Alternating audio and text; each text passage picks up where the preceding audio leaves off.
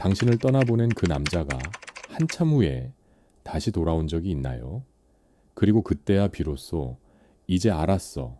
네가 얼마나 소중했는지라고 말하던가요? 왜 남자들은 늘 잃고 나서야 깨달을까요?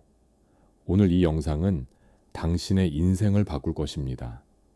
칼 융만이 알았던 남자의 내면에서 일어나는 놀라운 변화의 비밀을 공개합니다. 끝까지 함께 해주세요. 이것은 당신이 반드시 알아야 할 진실입니다. 우리는 모두 사랑 안에서 상처받았습니다. 특히 여성들은 묻습니다. 왜 그때는 몰랐을까? 왜 내가 곁에 있을 때는 소중한 줄 몰랐을까? 이것은 단순한 이기심이 아닙니다. 이것은 미성숙함이 아닙니다. 칼 융은 이것을 완전히 다른 시각에서 봤습니다. 이것은 인간의 무의식이 작동하는 방식입니다. 이것은 개성화 과정의 일부입니다. 서준이라는 남성이 있었습니다. 35살, 성공한 직장인이었죠. 그에게는 연인이 있었습니다. 지혜라는 여성이었어요. 지혜는 서준을 사랑했습니다. 3년 동안 그의 곁을 지켰죠. 힘들 때도 바쁠 때도 그녀는 늘 그곳에 있었습니다. 하지만 서준은 당연하게 여겼습니다. 지혜의 사랑을, 지혜의 존재를요. 그리고 어느 날 지혜는 떠났습니다. 더 이상은 못하겠어. 처음 한 달 서준은 괜찮았습니다. 이게 나은 거야. 이제 자유롭잖아. 두 번째 달 뭔가 이상했습니다. 집이 너무 조용했어요. 세 번째 달 서준은 무너지기 시작했습니다. 지혜가 보내던 메시지가, 지혜가 만들어주던 음식이, 지혜가 듣던 웃음소리가 모든 것이 그리웠습니다. 그리고 6개월 후 서준은 깨달았습니다. 나는 그녀를 사랑했구나, 진짜로. 이것은 아이러니가 아닙니다. 이것은 남자가 자기 자신을 발견하는 과정입니다. 첫 번째 진실을 말씀드리겠습니다. 남자는 잃어야만 가치를 알게 됩니다. 왜일까요? 윤근 말했습니다. 남성의 의식은 주로 외부 세계로 향한다고요. 성취, 목표, 업적, 성공. 이것들이 남성의 의식을 지배합니다. 그러는 동안 내면의 세계는, 감정의 세계는, 관계의 깊이는 무의식에 묻혀버립니다.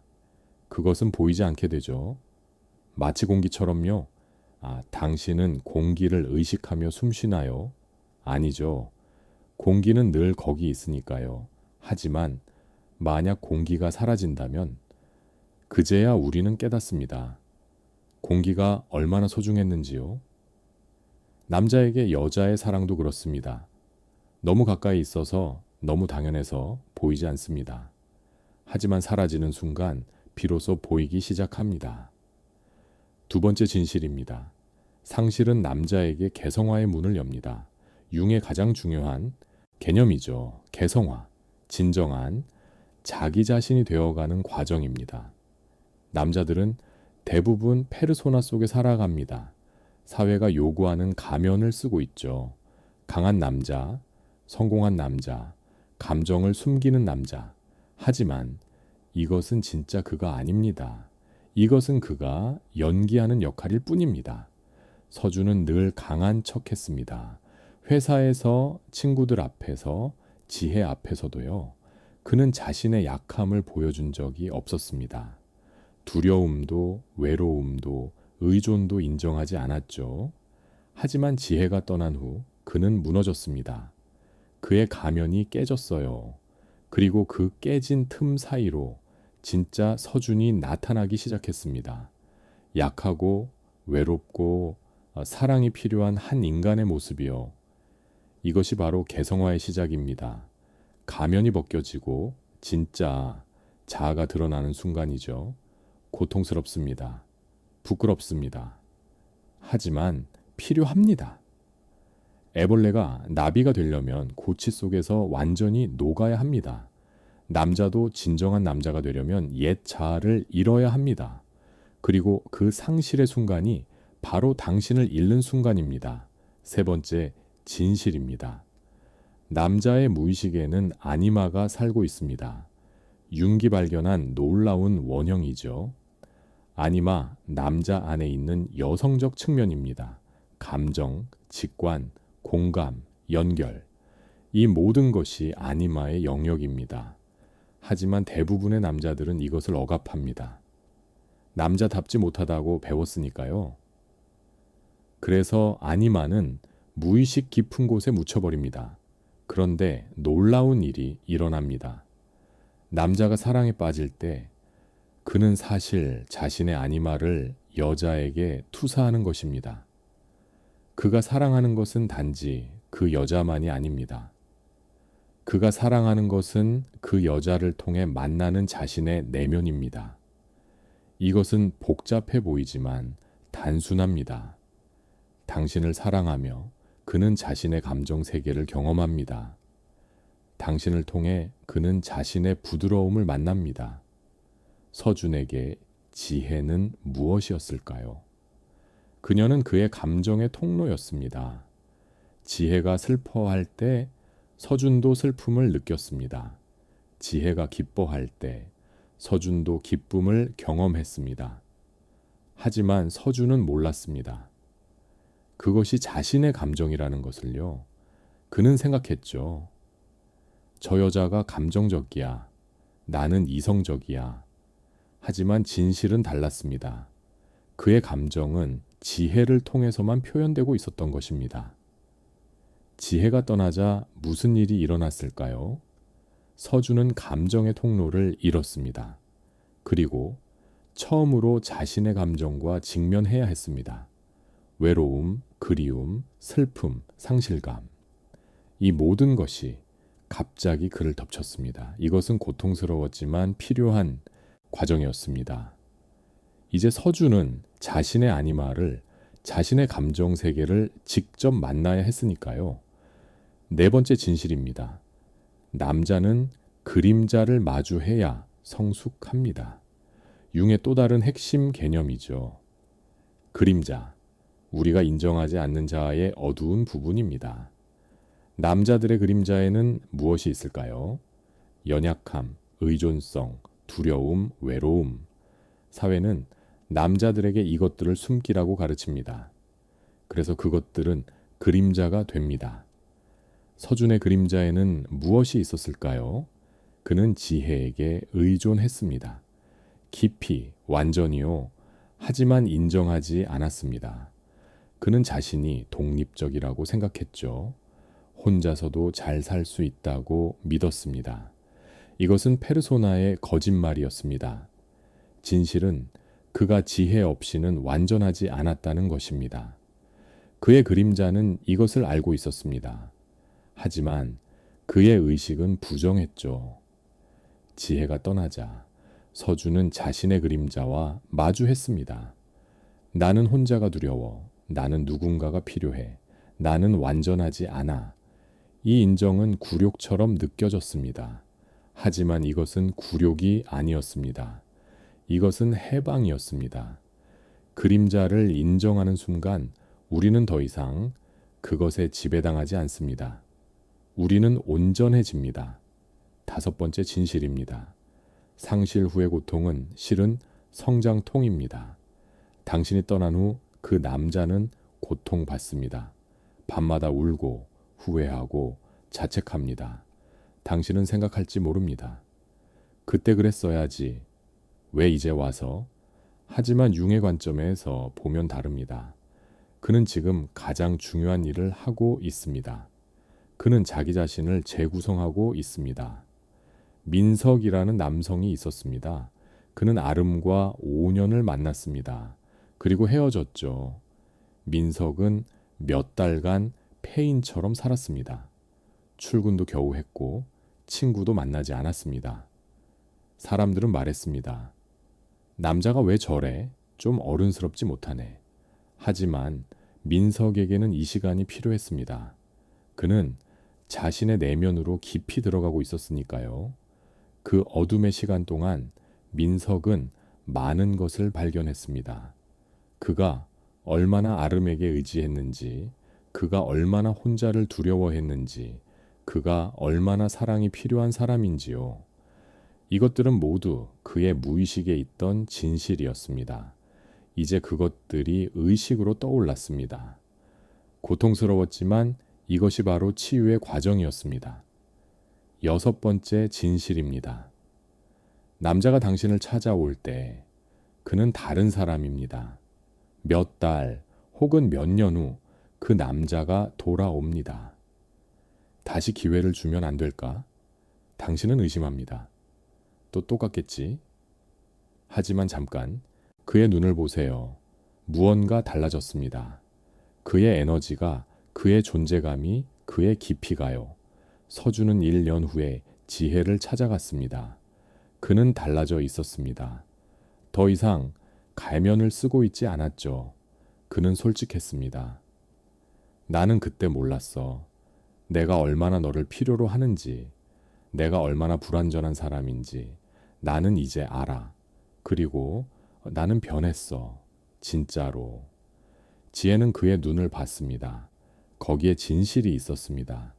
그는 정말 다른 사람이 되어 있었습니다. 이것이 개성화가 완료된 사람입니다. 그는 더 이상 페르소나 뒤에 숨지 않습니다. 그는 자신의 그림자를 통합했습니다. 그는 자신의 아니마와 관계를 맺었습니다. 그는 이제 온전한 사람입니다. 이런 남자는 사랑할 수 있습니다.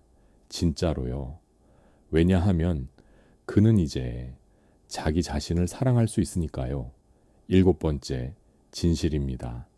하지만 모든 남자가 이 여정을 완수하는 것은 아닙니다. 어떤 남자들은 상실 후에도 변하지 않습니다. 그들은 다른 여자를 찾아 같은 패턴을 반복합니다. 왜일까요? 그들은 개성화의 초대를 거절했기 때문입니다.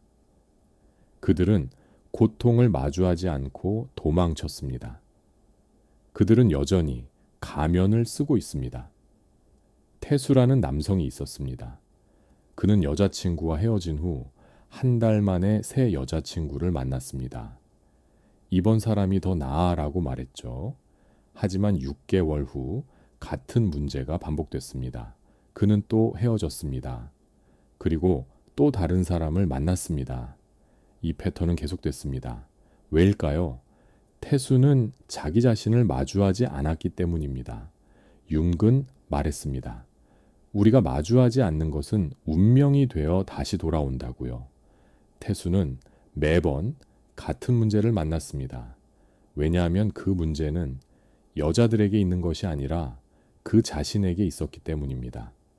그가 진정으로 변하려면 그는 멈춰야 합니다. 혼자 있어야 합니다. 자신의 내면과 마주해야 합니다. 여덟 번째 진실입니다. 당신이 떠나는 것은 그에게 선물입니다. 이것은 역설적으로 들립니다. 하지만 진실입니다. 당신이 그의 곁에 남아 있다면 그는 영원히 잠들어 있을 것입니다. 그의 무의식은 계속 무의식으로 남을 것입니다. 하지만 당신이 떠날 때 당신은 그에게 깨어날 기회를 줍니다. 당신은 그에게 자기 자신을 만날 기회를 줍니다. 은주라는 여성이 있었습니다. 그녀는 7년을 기다렸습니다. 남자친구가 변하기를요. 하지만 그는 변하지 않았습니다. 어느 날 은주는 결심했습니다. 이제 그만. 그녀는 떠났습니다. 남자친구는 충격을 받았죠. 처음으로 진지해졌습니다. 처음으로 자신을 돌아봤습니다. 은주가 떠난 것이 그를 깨웠습니다. 당신의 떠남은 잔인함이 아닙니다. 그것은 사랑입니다. 진정한 사랑은 때로 떠나는 것입니다. 상대방이 스스로 설 수 있도록요. 상대방이 자기 자신을 발견할 수 있도록요.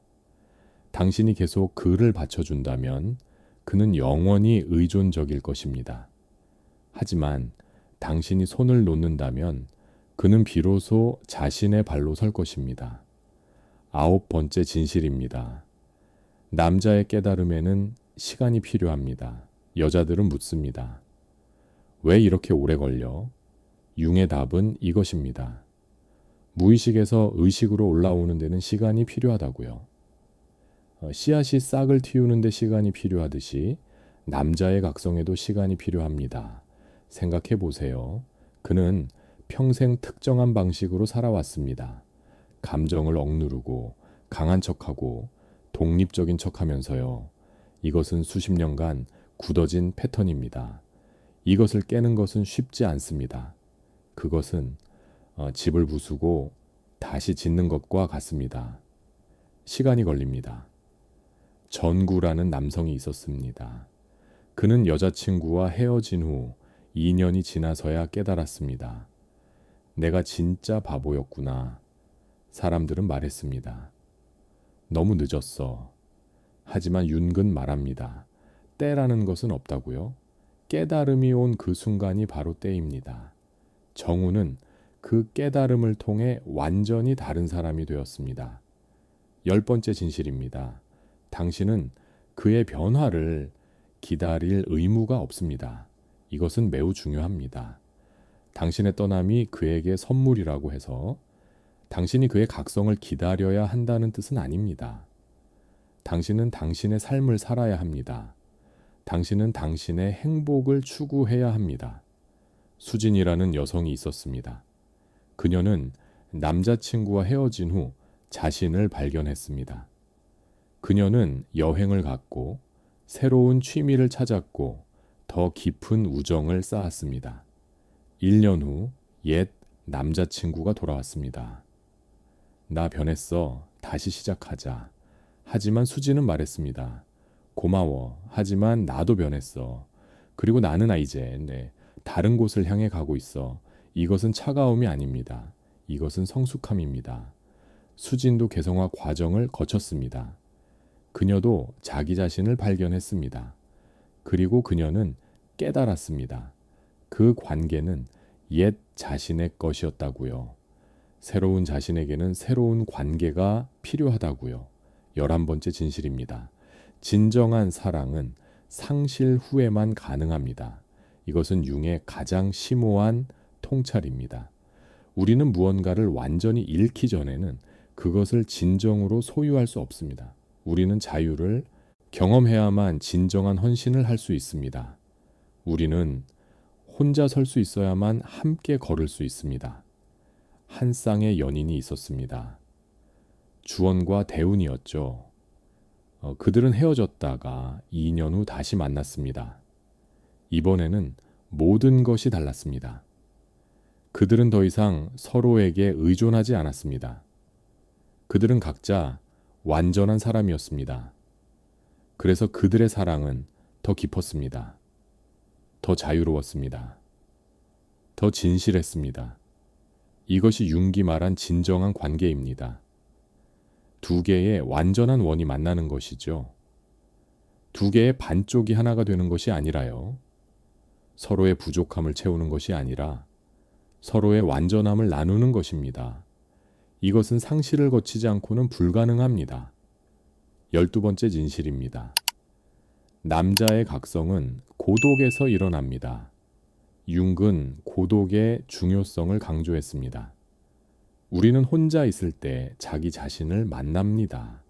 소음이 사라지고 산만함이 멈추고 우리는 마침내 내면의 목소리를 듣습니다. 남자들에게 이 고독은 특히 중요합니다. 현준이라는 남성이 있었습니다. 그는 헤어진 후 산으로 갔습니다. 일주일간 혼자 있었죠. 산속의 작은 오두막에서요. 거기서 그는 많은 시간을 울었습니다.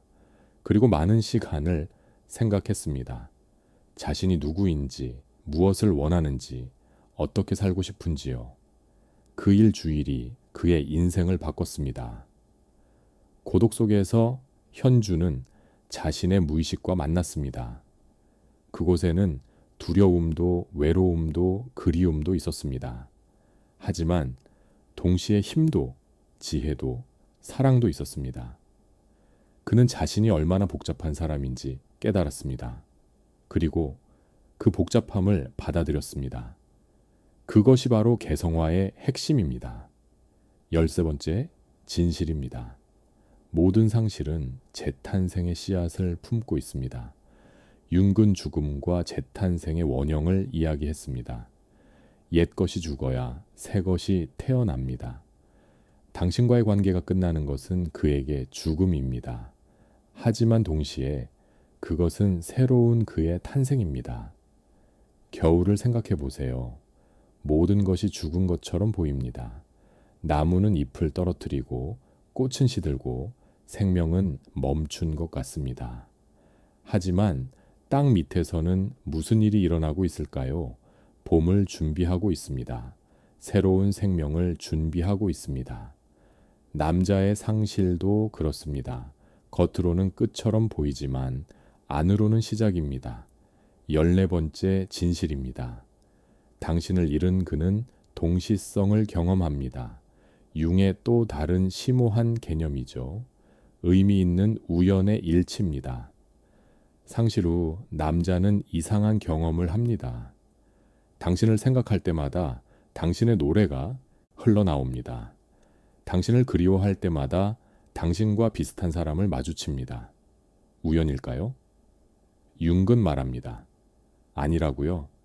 동시성은 우주가 집단 무의식이 우리에게 보내는 신호입니다. 그것은 우리에게 말합니다. 이것은 중요해. 이것에 주목해. 남자가 당신을 잃은 후 경험하는 수많은 우연들은 모두 그의 무의식이 보내는 메시지입니다. 그녀가 중요해. 그녀를 통해 너 자신을 봐. 재민이라는 남성이 있었습니다. 그는 여자친구와 헤어진 후 이상한 일들을 경험했습니다. 서점에 갔다가 우연히 사랑에 관한 책을 발견했습니다. 카페에서 옆 테이블의 대화를 우연히 들었는데 그것이 자신의 이야기였습니다. 거리를 걷다가 옛 여자친구와 똑같은 향수를 맡았습니다. 이 모든 것이 그에게 말하고 있었습니다. 깨어나, 돌아봐, 느껴봐. 15번째 진실입니다. 궁극적으로 그가 당신에게서 배우는 것은 자기 사랑입니다. 윤근 말했습니다.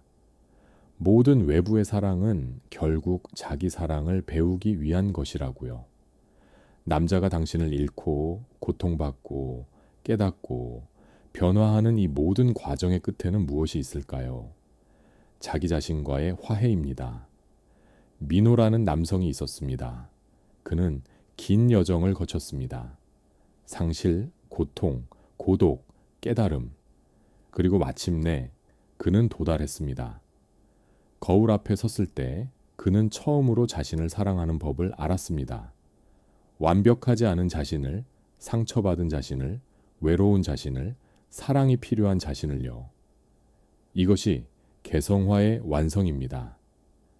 그가 자기 자신을 사랑할 수 있을 때 그는 비로소 다른 사람을 진정으로 사랑할 수 있습니다. 이전의 사랑은 의존이었습니다. 이제의 사랑은 선택입니다. 이전의 사랑은 필요해서 나왔습니다. 이제의 사랑은 자유에서 나옵니다. 이것이 윤기, 우리에게 가르친 성숙한 사랑입니다. 당신은 이제 알게 되었습니다. 남자가 왜 잃고 나서야 깨닫는지를요.